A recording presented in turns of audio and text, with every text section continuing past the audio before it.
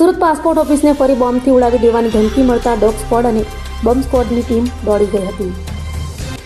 સુરત સહિત રાજ્યની passport office, post office, યુનિવર્સિટીને બોમ્બથી ઉડાવી દેવાનો ધમકી ભર્યો મેલ મળ્યો છે. આજે 10 માર્ચે સુરતના પીપલોદ ખાતે આવેલી પાસપોર્ટ ઓફિસને બોમ્બથી ઉડાવી દેવાની ધમકી મળતા પોલીસ અને ડોગ સ્ક્વોડ સ્થળે દોડી ગઈ હતી અને પાસપોર્ટ ઓફિસ ખાલી કરાવી સઘન તપાસ હાથ ધરાવી. તો સાથે વડોદરાની પારુલ યુનિવર્સિટી, ભાવનગરમાં હેડ પોસ્ટ ઓફિસમાં આવેલા પાસપોર્ટ વિભાગ અને સુરત જૂનાગઢમાં પોસ્ટ ઓફિસને બોમ્બથી ઉડાવી દેવાની ધમકી ભર્યો મેલ મળતા દોડધામ મચી છે.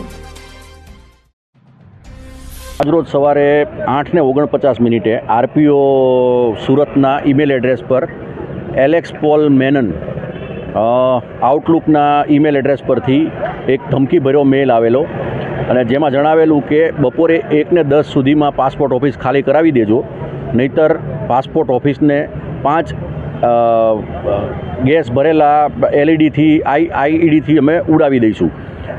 એવો મેસેજ મળતા 10 વાગે આરપીઓ ઓફિસ તરફથી કંટ્રોલને જાણ કરવામાં આવેલી અને કંટ્રોલ તરફથી ઉમરા પોલીસને જાણ કરાતા ઉમરા પોલીસ અને BDDSની ટીમ દ્વારા આખી પાસપોર્ટ ઓફિસ ચેક કરવામાં આવેલી છે અને કંઈ પણ શંકાસ્પદ કે વાંધાજનક વસ્તુ મળી આવેલ નથી. અભય થઈને નિષ્પક્ષતાથી નિરપેક્ષ રીતે વાસ્તવિકતાનો અરીસો રૂપી સચોટ માહિતી લાવતો સત્યની સાથે અભય ટાઈમ્સ.